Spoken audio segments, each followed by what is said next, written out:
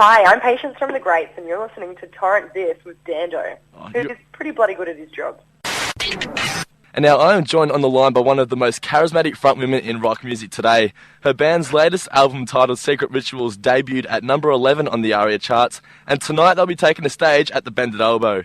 I'm of course talking about the Grates, and I'm lucky to be joined on the line by their singer Patience. Patience, thanks for your time, and how's things? That is excellent, thank you very much. You like that intro? Yeah, that was brilliant. I don't think I've ever had an intro quite as good as the one that you just gave me. I just threw the whole most charismatic out there. Maybe you could take that for yourself as well. Did you have a good Halloween this week? Yeah, we did. We actually had a pretty great Halloween. We played Melbourne Halloween night. It was a little bit different to how we intended because of like all the playing business and stuff like that. We ended up leaving all of our costumes in Brisbane. Oh, really? And then having to just we put something together really last minute in Melbourne, but I think it worked out better. You just go to the op shops. Well, actually, I just went and got we just got white T-shirts and then just got fake blood. Yep. Put those two things together. It was a bit like just like a bloodied white T-shirt uniform. So you're just like a poor version of like Twilight or something? Yeah, maybe. What are your thoughts on like Halloween? Do you think Australia should like embrace Halloween like America? I think Australia's embracing it more this year. I don't know whether we should or we shouldn't. It's kind of like it's a really fun thing to do. I think this year it was embraced more because you know how they say like, I don't know, sales are down and stuff like that. Yeah. Like I've never in supermarkets before seen like huge Halloween displays and things like that in Australia. I kind of always thought it was sort of cool that we just were sort of a little bit blasé about it. Yeah. Because it's such a big deal in the States. Yeah.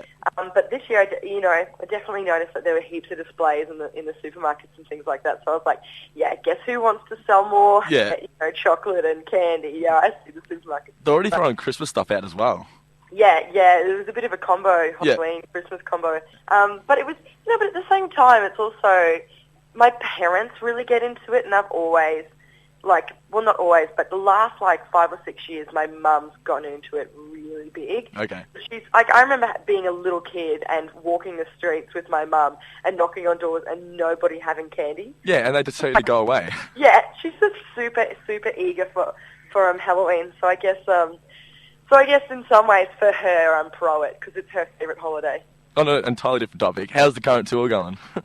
It's awesome. Yeah, it's a lot of fun, and I don't know, it just feels like a really tight tour in the sense that we're touring with all our favourite people, so oh yeah, just feels like just going on a big road trip, I guess, with all your mates. This is like one of the longest tours you've done in ages, yeah?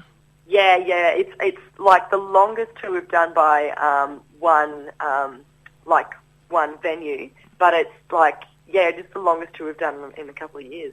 Are you guys playing the same set list every night, or are you like mixing things up a bit? Mixing things up a bit, but really just trying to keep it, sort of thirds, sort of roughly thirds between, all three albums, but maybe with like one or two, extra songs of Secret Rituals. Because that's sort of like, I don't know, that's just for selfish reasons, because I really have a lot of fun playing the songs of Secret Rituals, because they're the newest.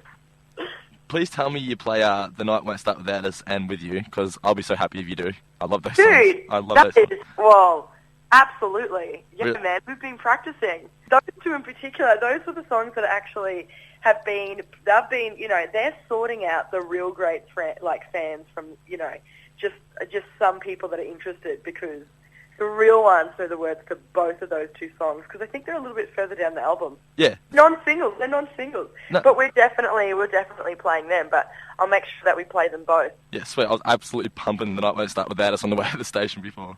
Loved it. Awesome. Actually, I know you will be playing with You, because I saw you guys playing it. You played it earlier in the week, and you dedicated it to someone's anniversary or something? Yes, yeah, we did.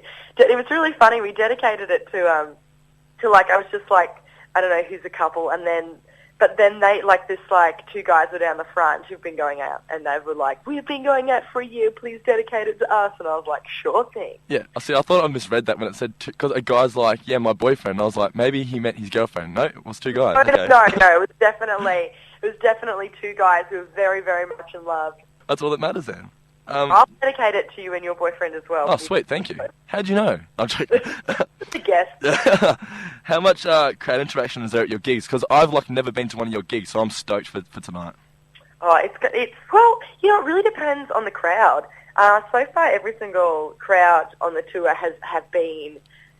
I've just been really receptive and really into it. I think there's something about this particular tour that's really attracted our real long-term fans, and that's always the best because they talk and they want to sing and they get involved and they really give so much back. And it makes playing the show so much easier because it's like one of those things when you have because we always have a really energetic show, and it's funny when you bring a really energetic show to a crowd of people that just want to stand there with their arms crossed.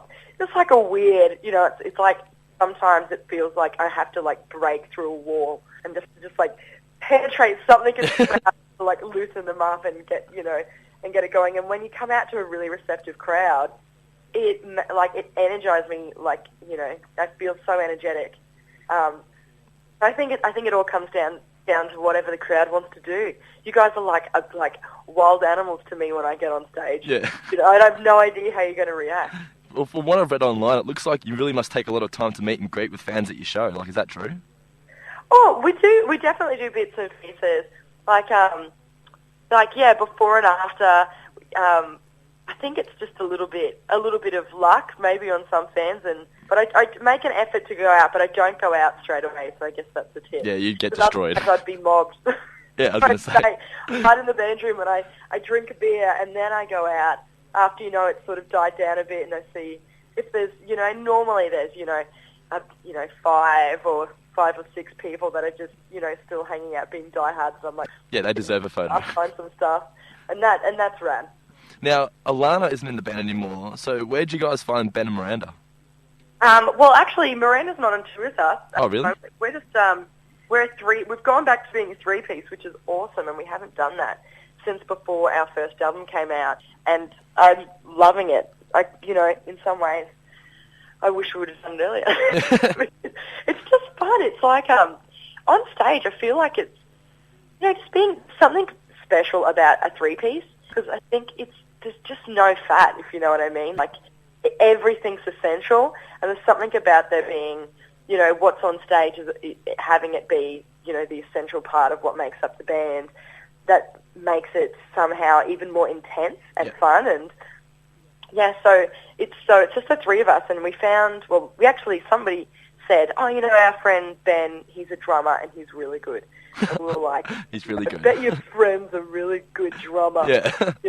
Everyone's got a good friend that, is somebody, a good whatever, drummer or guitarist or whatnot. And most of the time, I don't think, it works out that way. But just to be nice, we were like, sure, what have we got to lose? Let's just see. And then not only is he an amazing drummer, he's actually just an incredibly nice guy. And when you come across somebody like that, being a musician, and other musicians, people out there listening to this, that are trying to start bands, you kind of know that it's sometimes that you find somebody who's right for the job, but maybe you don't want to, kick back and have beers with, and vice versa. Yeah. But he's the real deal. He's the cruisiest dude we've ever met. Who plays the bass now then? Well, the bass is just sort of like a bunch of sweet miking techniques and triggers and samples. Yeah, because you used bass for the first time on Secret Rituals, yeah? Yes, we love it. Yeah, that was a great choice, seriously. Was the finished product what you'd hoped it would be? Yes. Yeah, no, I think it was. Before we got it mixed by the guy who mixed it, we were kind of, just sort of having it more raw with just the recorded files and things like that. It was, for a little while there, it was sort of a little bit like, are we going to get this quite to how we want it? And then we ended up getting it mixed by, this amazing producer who did us a really good deal at Electric Lady, which is like Jimi Hendrix's studio in New York. Nice. And it was pretty rad. We got to go in there a couple of times, and it is like, it floors you. This place is so awesome. And yeah. It's pristine 60s. It's really, really incredible. And so when the guy mixed it, John O'Mahony, I think it just really brought out all the personality and all sounds that we'd forgotten about while we were recording it, because you record so many different things. Sometimes things get hidden. He'd find little guitar lines and stuff that we'd even forgot that we had in there, and feedback and bring it all out again. And then it was, so in the end, it was a long experience and laborious one at sometimes. We spent 4 months in the studio over winter, but then, the final product, I'm super happy with it. How many tracks got left off the album that you feel could have made it onto it? I don't think anything got left off that I think could have made it onto it.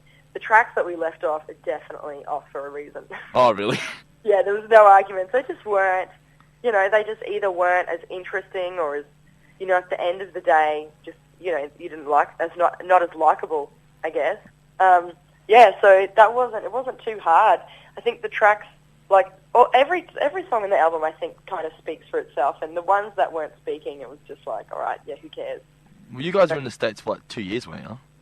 Yeah. We went over there, and we were there for 2 years, writing and recording. What did you get up to, when you weren't in the studio? Well, it's actually funny. The first year and a half, the first 6 months, we did a lot of touring. We did a couple of tours around the States, really extensive ones where we hit every state and a couple of cities, sometimes in each state. And then we got back to New York and came home to Australia for Christmas and then went back again. It was when we returned in the January, I think it was of 2010, that we really started writing. And then we wrote for, I think it was about 9 months or 8 months, and then went into the studio and started recording. But it was really there was a means to an end, Yeah. Sorry. I know what you mean. Going over there was really fun to have that experience of living overseas. But I never wanted to tell anybody in Australia that we'd moved to New York, because I really felt like I was there to do a job, which is I just wanted to make a really good album. But my heart was still back in Australia. Yeah, so you couldn't wait to get back. Yeah, so it was, and then when we did it, we finished recording the album and we left 2 days later, sort of thing. Oh, really? Your visas ran out? Yeah. Oh, your visas ran out, didn't they, or something? Yeah, our visas ran, we recorded right up until when our visas, ran out. That's awesome. It was the perfect time because, I just felt, it felt good coming home because we'd done what we wanted to. Yeah. It was a really good feeling just being, sort of knowing, even though it did take, 2 years, it was just, at least at some stage we went, all right, we're going to move to New York, we're going to write an album, we're going to record it there. And it was really good on the plane trip coming back to Australia, just being we did it. Yeah. That was awesome. You achieved it, yeah. We wanted to do that, we did it, yes. Yeah, that's awesome. Like I said before, I've never been to one of your gigs, but I was watching some live clips of you guys on YouTube. Do you work out heaps or play a sport or something? Because where do you get all your energy from? I really think it comes from, I think a lot of it comes from the audience. And I think it's just making sure that, you're surrounding yourself with, just working with the right people. I thought you must eat a kilo of red frogs before you go out or something. No, I think I get used to it. I think I'm used to it a little bit. I've worked up a little bit of resistance to it. But it's really when you have a good audience, it makes the show so makes me feel like I'm just light as a feather. Yeah, you just forget what you're doing. Yes. What is your favourite snack before you go out and perform? Well, there's a lot of snacks. My favourite dinner to have before we go on stage is pho or pho, if you know that. I think it's a Vietnamese noodle dish. Okay, because I had no idea what that meant. Yeah, it's like a liquid, just got heaps of water in it with noodles and vegetables and meat and stuff. Yeah. And it's like meat and then just bean sprouts, lemon, chili, and mint. Doesn't really have any vegetables in it. Oh. But it is that is by far my favourite thing to eat. Yeah, but you don't get it. You don't get it very often. The way, but I'll eat chips and dip. Chips and dip is my next favourite thing. But then afterwards, I'm just I'm down for whatever is local and whatever is open. Well, there's a mad kebab store in Geelong. I totally have to take you there. Oh well, that sounds that is what we love to do. Oh okay. Okay, what we'll do tonight? All right, you finish your set. I'll run down to the kebab shop, get you one, and I'll hand deliver it back to you. Yeah, yeah. While I'm drinking my beer, letting it, the crowd sort of dissipate a bit. Yeah. We do that quick mad dash to the kebab, and then we'll share one. there you go. Make sure you head on down to the Bended Elbow tonight and check out the Grates put on what is sure to be one of the gigs of the year. If you haven't already, pick up a copy of their latest album, Secret Rituals. And for all the latest news on the Grates, go to thegrates.com or simply like their Facebook page at facebook.com/thegrates. Patience, thanks for your time and good luck with tonight. Thank you so much. It's been awesome. Thanks for that. Catch you later.